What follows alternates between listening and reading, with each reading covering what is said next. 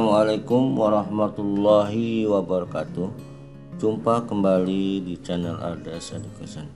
Materi pembahasan resiko manajemen sumber data dan tata kelola IT pada pengantar mata kuliah audit sistem informasi. Sebelum saya lanjutkan, jangan lupa untuk selalu memberikan subscribe, like, dan komennya. Baik, saya mulai saja perkuliahan ya. Resiko adalah suatu change ya atau perubahan. Maksud saya peluang. Perusahaan dapat memperkecil resiko dengan melakukan antisipasi berupa kontrol. Namun tidak mungkin sepenuhnya untuk menghindari adanya exposure atau paparan, bahkan dengan struktur pengendalian maksimal sekalipun.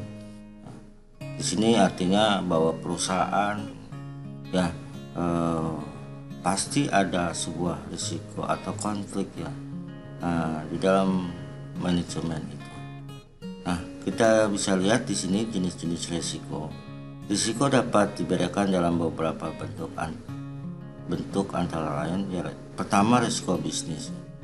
Risiko yang dapat disebabkan oleh faktor internal maupun eksternal yang berakibat kemungkinan tujuan perusahaan. Ada dua, yaitu risiko eksternal dan risiko internal. Nah, risiko eksternal ini adalah risiko yang pengaruhnya dari luar ya, perusahaan. Nah, dari lingkup luar perusahaan ya, bisa saja itu persaingan bisnis dengan kompetitornya, atau juga bisa melalui usaha di mana tidak sesuai dengan peraturan undang-undang yang berlaku yang ditentukan oleh pemerintah. Yang berikutnya adalah risiko internal. Risiko internal ini adalah risiko yang pengaruhnya itu dari dalam perusahaan itu sendiri, bisa sumber daya manusianya, ya, bisa manajemennya atau SOP-nya, sistem operasional prosedurnya. Nah, pengaruh ini ya bisa menjadi sebuah konflik ya di dalam usaha dari kegiatan perusahaan tersebut. Berikutnya adalah risiko bawaan ya, potensi kesalahan atau penyalahgunaan yang melekat pada suatu kegiatan jika tidak ada pengendalian internal. Nah, kontrol manajemen ini sangat penting ya, terutama mengurangi ya kesalahan-kesalahan atau juga penyalahgunaan jabatan atau wewenang ya, yang melekat pada suatu kegiatan. Nah, biasanya juga masuk dalam risiko internal. Risiko pengendalian ini suatu perusahaan yang baik seharusnya sudah ada risk ya, assessment ya, di mana dirancang pengendalian secara optimal terhadap setiap risiko ya. Berikutnya ada risiko audit. Risiko yang terjadi karena prosedur audit yang dilakukan mungkin tidak dapat mendeteksi adanya error yang cukup materialistis. Nah, di sini risiko audit ini bagaimana kesalahan tidak terdeteksi ya secara nyata gitu ya. Nah, hal ini mungkin saja apakah mendeteksinya kurang terbuka atau transparan di dalam mengaudit. Nah, risiko audit juga hasil perusahaan auditor ternyata belum dapat cermin keadaan sesungguhnya.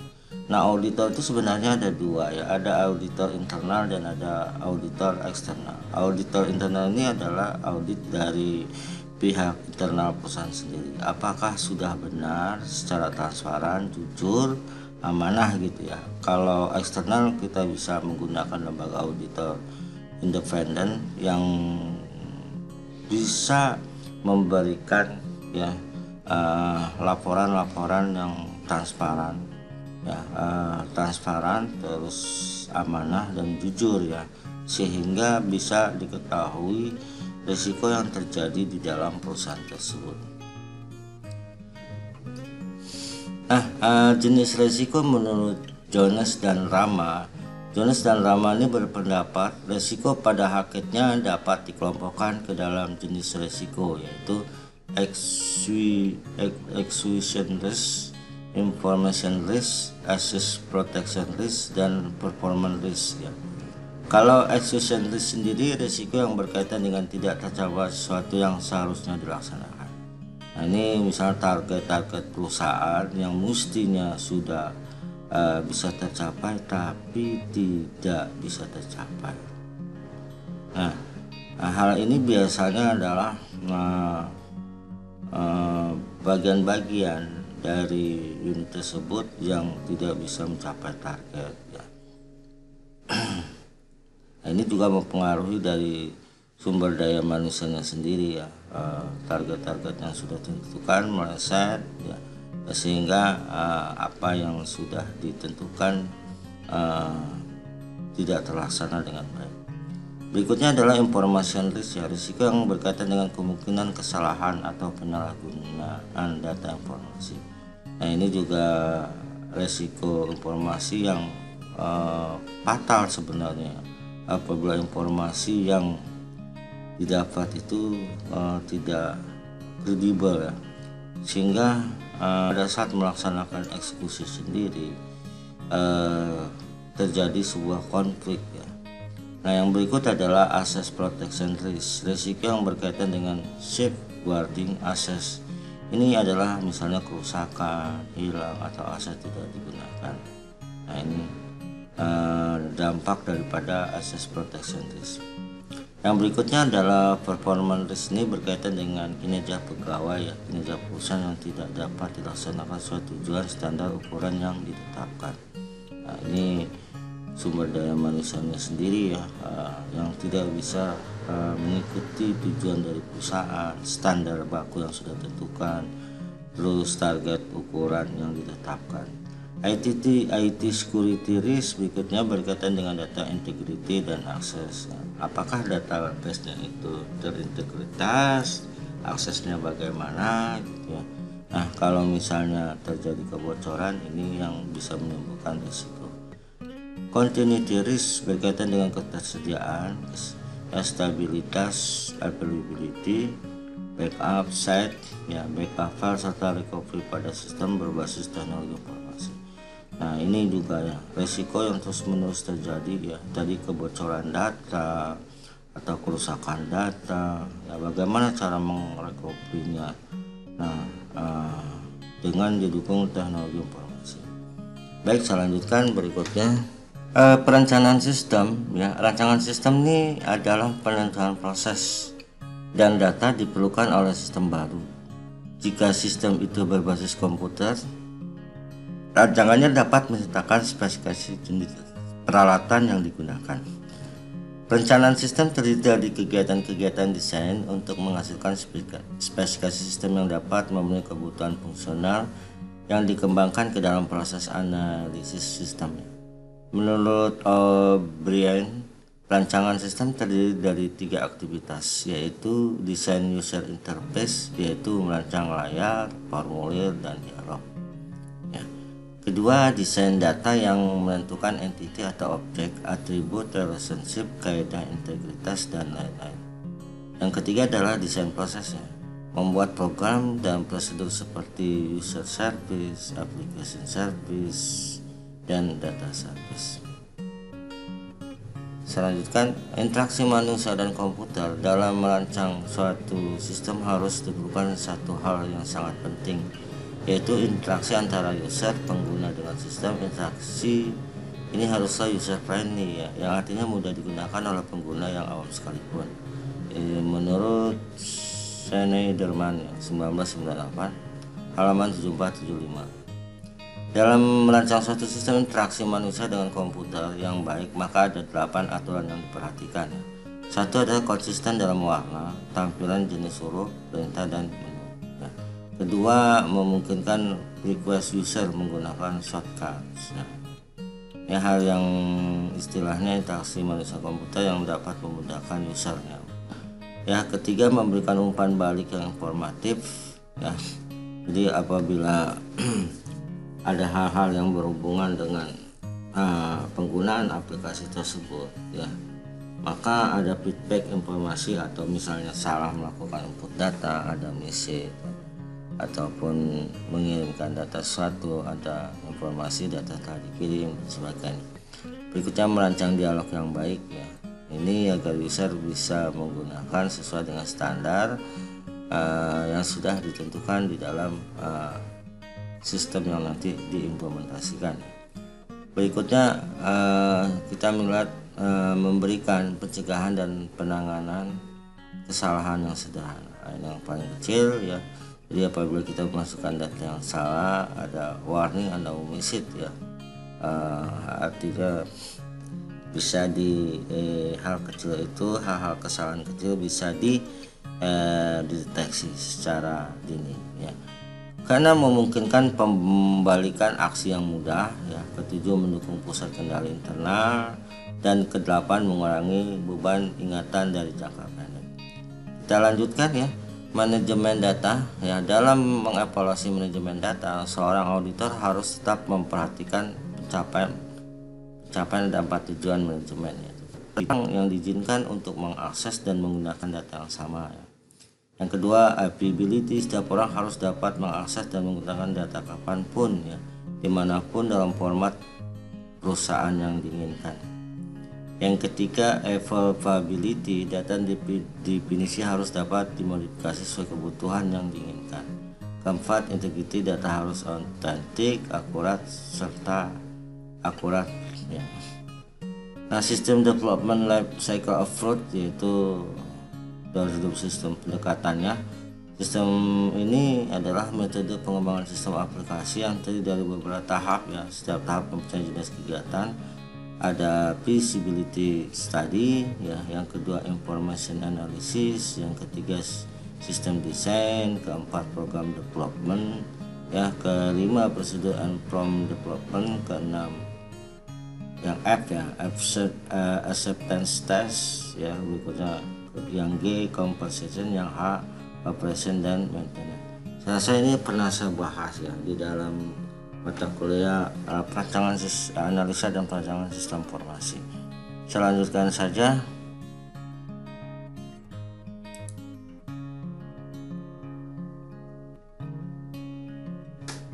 Sistem pengolahan data ya. Pengolahan data ialah kegiatan dengan menggunakan peralatan ataupun hanya dengan tangan saja ya. Tujuannya untuk mengolah data menjadi informasi ya. Nah, ini menggunakan peralatan ataupun hanya dengan tangan, artinya kalau kita menggunakan peralatan komputerisasi ataupun dengan manual ya, tujuannya untuk mengolah data menjadi informasi. Nah, tujuan pengolahan data adalah mengakses informasi yang diperlukan ya. Nah, tahapan pengolahan data itu yaitu pengisian data, pemeriksaan data, pengelompokan data, penyusunan data, penjumlahan, perhitungan, penyimpanan data, dan pengambilan kembali ya. Nah, itu saya rasa ini pernah materi di analisa dan perancangan sistem. Saya lanjutkan ya, sistem berbasis teknologi informasi. Satu sistem berbasis teknologi informasi, pengendalian sumber data yang baik adalah satu, user harus dapat berbagi data ya. Nah, data harus tersedia digunakan kapan saja dalam akun. Nah, sistem manajemen data harus menjamin adanya sistem penyimpanan yang efisien, tidak terjadi redundansi atau data berganda ya, dan adanya data security ya. Nah, ini juga semacam keamanan data tersebut ya. Misalnya kita harus menggunakan user ID gitu ya. Data harus dapat dimodifikasi dengan mudah ya. Setiap organisasi tentu mengakui bahwa data merupakan sumber daya yang kritis ya, dan harus dikelola dengan baik ya. Dengan baik, karena itu kita mencari cara untuk menyampaikan sistem manajemen data.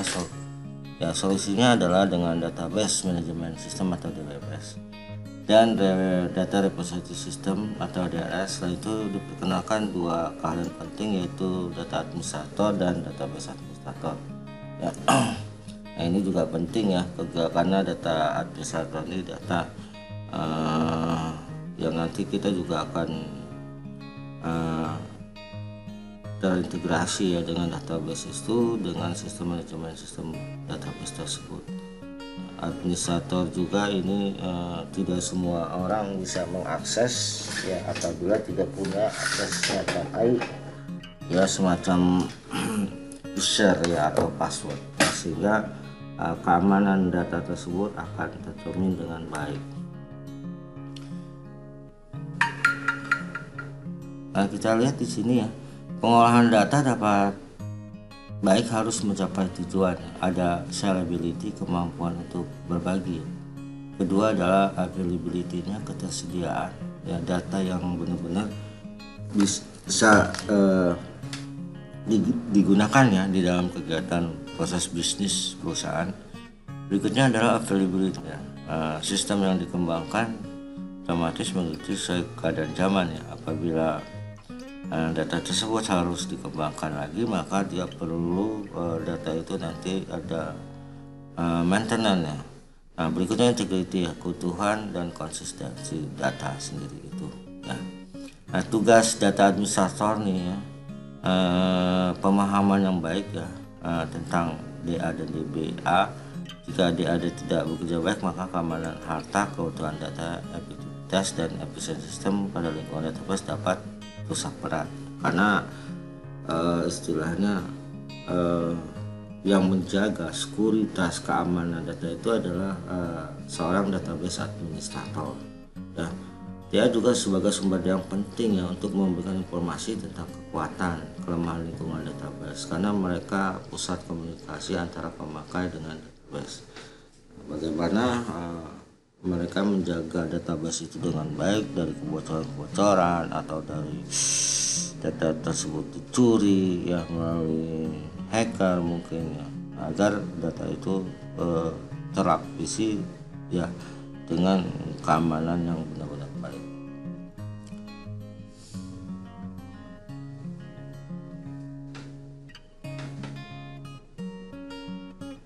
Baik, saya lanjutkan definisi sistem database ya. Pada sistem database ada 3 tipe pendefinisian yang harus dilakukan, yaitu satu, external schema. Ini adalah memperlihatkan keterangan tentang pandangan pemakai terhadap database sebagai suatu objek atau entity ya. Conceptual schema ini memperlihatkan database dari perspektif user. Yang C adalah internal schema ini menunjukkan peta database map ke fisik media penyimpanan ya. Kalau kita lihat external schema ini yaitu tentang pandangan pemakai terhadap database sebagai satu objek atau ya, yang berkaitan dengan rancangan database tersebut ya. Konseptualnya menggunakan database dari perspektif user ya. Jadi sebenarnya dia konseptual itu penyimpanannya tersembunyi ya. Jadi semuanya tersembunyi dengan menggunakan pengolahan database dengan pemrogram. Dia itu sifatnya konseptual, tapi dia akan tampil di monitor ya.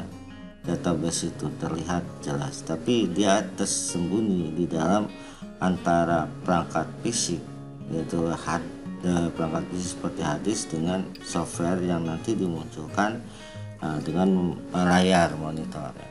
Nah, skema internal ini lapisan fisik ya, lapisan fisik di mana database tersimpan di media penyimpanan seperti hard disk.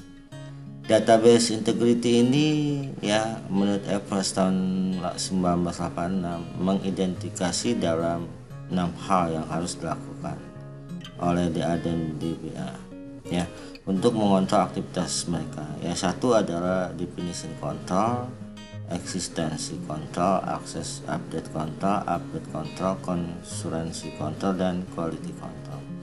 Oke, itu database integrity-nya. Auditor harus melakukan wawancara dengan DA dan DBA ya, untuk mengetahui bagaimana kontrol yang mereka lakukan mengawasi keutuhan database. Ya, saya lanjutkan. Baik, tata kelola teknologi informasi atau IT governance. Definisi tata kelola TI ya, suatu cabang dari tata kelola perusahaan yang terfokus pada sistem teknologi informasi serta manajemen kinerja dan risikonya. Nah, tata kelola IT ini adalah struktur kebijakan atau prosedur dan kumpulan proses yang tujuannya memastikan kesesuaian penerapan TI dengan dukungan terhadap pencapaian tujuan institusi dengan cara mengoptimal keuntungan dan kesempatan yang ditawarkan TI. mengendalikan penggunaan terhadap sumber daya TI dan mengelola risiko terkait TI. Nah, tata kelola teknologi informasi ini pada bidang yang terpisah, melainkan merupakan komponen pengelola perusahaan secara keseluruhan, yaitu memastikan kepentingan stakeholder diikutsertakan dalam penyusunan strategi perusahaan, memberikan arahan kepada proses yang menerapkan strategi perusahaan, memastikan proses-proses tersebut menghasilkan keluaran yang terukur, memastikan adanya informasi mengenai hasil yang diperoleh dan mengukurnya, memastikan keluaran yang dihasilkan sesuai yang diharapkan. Nah, pentingnya tata kelola ini untuk tata kelola teknologi informasi ini adalah manfaat teknologi informasi ini dalam tata kelola TI menjadi hal penting yang perlu diperhatikan, karena ekspektasi realita seringkali tidak sesuai. Pihak stakeholder perusahaan selalu berharap agar perusahaan dapat satu memberikan solusi TI dengan kualitas yang bagus, tepat waktu, sesuai dengan keanggaran, karena mempunyai kepentingan menguasai dan menggunakan TI untuk mendatangkan keuntungan. Nah, udah pasti, karena teknologi informasi ini tujuannya adalah mencari keuntungan dari bisnis yang dijalankan. Ketiga, menerapkan TI untuk meningkatkan efisiensi dan produktivitas sambil menangani risiko TI. Nah, ini menerapkan TI ini meningkatkan efisiensi, misalnya dengan TI mendukung sekali pekerjaan-pekerjaan yang tadinya begitu banyak bisa dengan teknologi informasi jadi lebih efisien dan produktivitas itu juga tinggi sambil menangani risiko TI.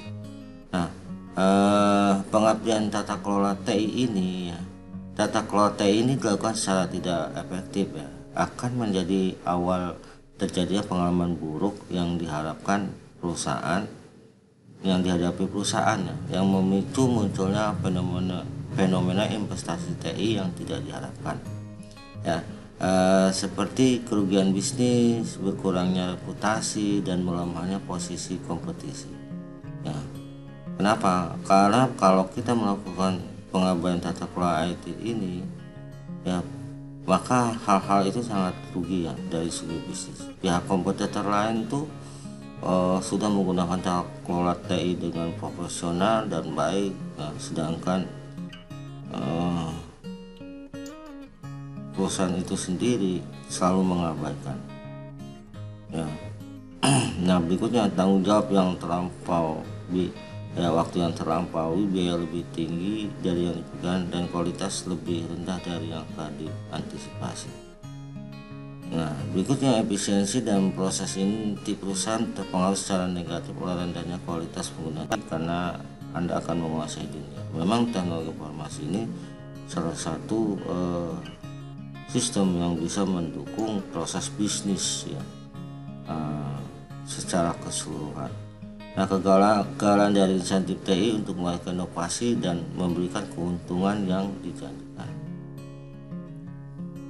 Nah, kita lanjutkan manfaat tata kelola TI ini. Manfaat tata kelola TI adalah untuk mengatur penggunaan TI dan memastikan kinerja sesuai dengan tujuan fokus utama area tata kelola TI tersebut. Fokus utama area tata kelola TI.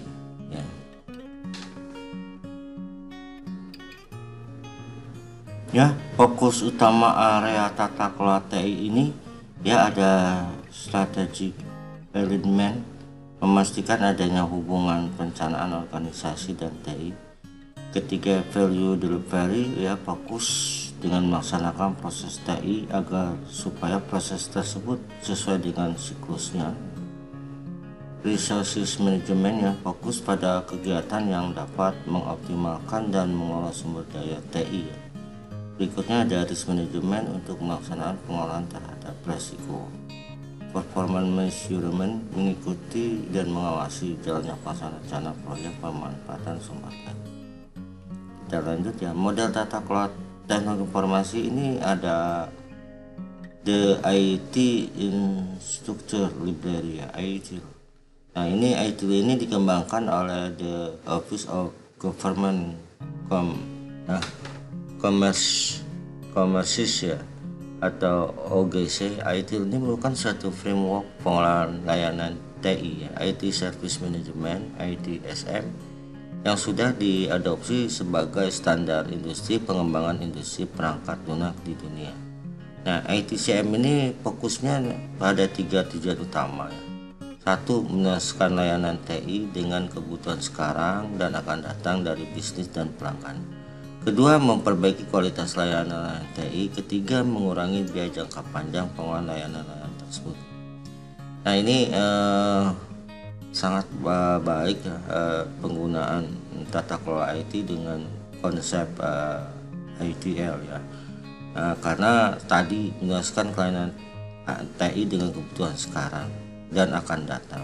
Nah, dari bisnis dan pelanggan. Jadi pelayanan ITL ini bisa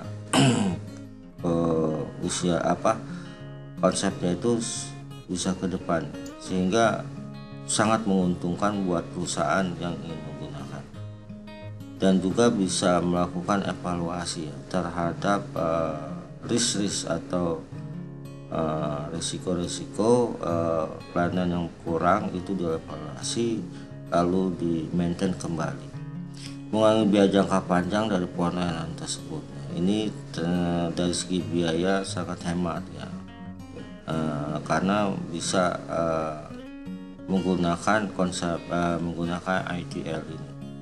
Nah, berikutnya yang kedua ya, model tata kelola yaitu ISO atau UAC, yaitu 17799. ISO UAC ini dikembangkan oleh The International Organization for Standardization atau ISO ya, dan The International Electronic Commission atau AEC. ISO 17799 tujuannya memperkuat 3 elemen dasar keamanan informasi. Yang satu adalah confidentiality, yaitu memastikan bahwa informasi hanya dapat diakses oleh yang berhak. Yang kedua ada integrity ya, menjaga akurasi dan selesainya informasi metode pemrosesan. Yang ketiga adalah availability, yaitu memastikan bahwa user yang terorisasi mendapatkan akses kepada informasi dan aset yang terhubung dengannya ketika memerlukannya. Nah, kita bisa lihat yang model ketiga tata kelola IT adalah COSO, yaitu frameworknya terdiri dari 3 dimensi. Satu, komponen kontrol COSO. COSO ini mengidentifikasi 5 komponen kontrol yang diintegrasikan dan dijalankan dalam semua unit bisnis ya, dan akan membantu mencapai sasaran kontrol internal, yaitu dari sisi monitoring, informasi dan komunikasi, kontrol dan activity, risk assessment. Nah, berikutnya adalah kontrol environment. Nah, sasaran kontrol internal ini dikategorikan menjadi beberapa area sebagai berikut ya. Kontrol dari sisi operation ya. Kedua, financial reporting, laporan keuangan. 3, compliance ya. Nah, 3 hal inilah yang menjadi sasaran kontrol dari internal. Unit aktivitas secara organisasi, sasaran kontrol internal dikategorikan menjadi beberapa area sebagai berikut, yaitu operation, efisiensi dan efektivitas operasi dalam mencapai sasaran bisnis yang juga meliputi tujuan performansi dan keuntungan.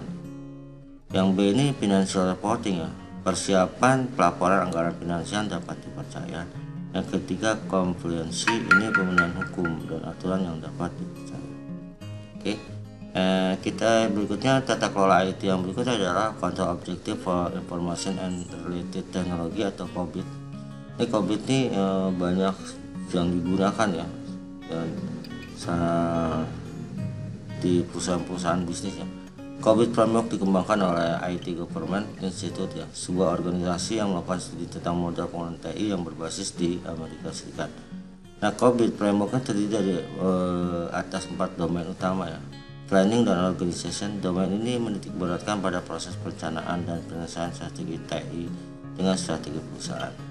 Kedua adalah Acquisition dan Implementasi. Ya, domain ini menitikberatkan pada proses pemilihan, pengadaan dan penerapan teknologi informasi yang digunakan.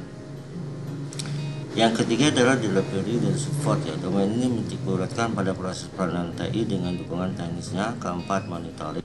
Domain ini menitikberatkan pada proses pengawasan pengelolaan TI pada organisasi.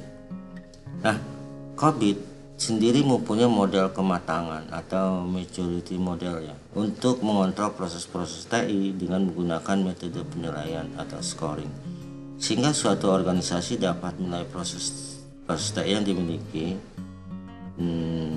dimilikinya dan skala non-existent sampai dengan optimistic ya, dari 0 sampai 5. COBIT ini mempunyai ukuran lain yang sebagai berikut ya. Satu adalah critical success factor, yaitu mendefinisikan hal-hal kegiatan yang dapat digunakan manajemen untuk dapat mengontrol proses TI. Kedua, ada key goal indikator ya, KGI, mendefinisikan ukuran-ukuran yang akan memberikan gambaran kepada manajemen apakah proses-proses TI yang ada telah memenuhi. Yang ketiga ada KPI ya, Key Performance Indicator. Nah, ini menunjukkan ukuran-ukuran untuk menentukan kinerja proses-proses TI yang telah dilakukan. Nah, kalau kita lihat ya, model COSO terdiri dari 5 komponen yang saling berhubungan ya, yang akan memenuhi pencapaian tujuan perusahaan itu ya. Ada control environment, lingkungan pengendalian ya, mengontrol lingkungan pengendalian seperti dari pihak-pihak pengaruh luar atau kompetitor ya. Nah, kedua ada risk assessment, yang ketiga control activity, keempat information dan komunikasi, kelima ada monitoring. Kriteria kerja COBIT ini meliputi efektivitas, efisiensi, kerahasiaan, integritas, ketersediaan, kepatuhan, keakuratan informasi. Ya, kita lanjutkan ya, pengembangan sistem ini ya. Pengembangan sistem diperlukan untuk mencegah mendeteksi kemungkinan kesalahan pada waktu pengembangan ya, pengembangan sistem, serta untuk memperoleh keyakinan memadai bahwa sistem berbasis teknologi informasi dikembangkan dan diperoleh dengan cara efisiensi dan melalui proses otorisasi dengan semestinya. Ya, pengembangan sistem ada sebagai berikut ya. Pengembangan sistem harus melibatkan partisipasi pemakai, manajemen, auditor gitu ya. Jadi tidak bisa hanya satu stakeholder saja ya, tapi harus stakeholder yang semua terlibat di dalam penggunaan teknologi informasi tersebut. Adanya standar ya dan pedoman maupun prosedur. Nah, ini tadi saya sudah bahas juga tentang SOP, sistem operasi prosedur itu penting ya di dalam penggunaan pengelolaan tata kelola itu ini. Karena SOP ini ya semua harus mengacu pada SOP agar kegiatan bisnis perusahaan itu dapat berjalan dengan baik. Dilaksanakan pengujian sistem ya, dan komparasi dengan cermat. Hasil pengujian sistem tersebut ya harus tepat ya, sesuai yang sudah ditentukan ya. Dan targetnya juga ya. Penilaian setelah pemasangan atau instalasi, ini yang keempat ya, pemasangan dan instalasi ini ya sangat menjamin keberhasilan ya di dalam proses bisnis tersebut. Nah, pengendalian manajemen operasi ya, pengendalian manajemen operasi ditetapkan dengan mencakup hal-hal sebagai berikut ya: pemisahan tugas dan fungsi, pengendalian personil, pengendalian perangkat keras, pengendalian jaringan, manajemen operasi. Pemisahan tugas dan fungsi sesuai dengan SOP ya, di dalam internal perusahaan tersebut ya harus mempunyai tegas ya, tugas dan fungsinya itu harus sesuai dengan unit-unit di bagian perusahaan tersebut ya. Pengendalian personil ya, monitoring terhadap personil karyawan ya, yang ditugaskan di dalam unit-unit di bagian perusahaan tersebut ya. Pengendalian perangkat keras yang mengontrol perangkat keras ini ya, dari segi keamanan ya, dari segi ancaman-ancaman dan bahaya segalanya, maka itu harus ada pengontrolan perangkat keras. Pengendalian jaringan juga ini sangat penting sekali ya, karena pencurian data, di hack data tersebut maka ini harus ada pengendalian yang terus menerus, terus manajemen operasi. Dan manajemen operasi, sistem operasi yang legalitasnya memang harus sesuai ya dengan yang digunakan ya. Kita harus tidak boleh perusahaan tersebut menggunakan operasi yang tidak sesuai atau tidak mempunyai legalitas. Nah, pemisahan fungsinya, pemisahan fungsi Departemen TI dan non TI. Pemisahan fungsi dalam Departemen TI itu sendiri. Pemisahan fungsi Departemen TI dan non TI ini harus jelas. Jadi jangan sampai terjadi campur aduk. Artinya gini ya, Departemen IT ini adalah suatu unit bagian yang nanti mendukung bisnis tersebut.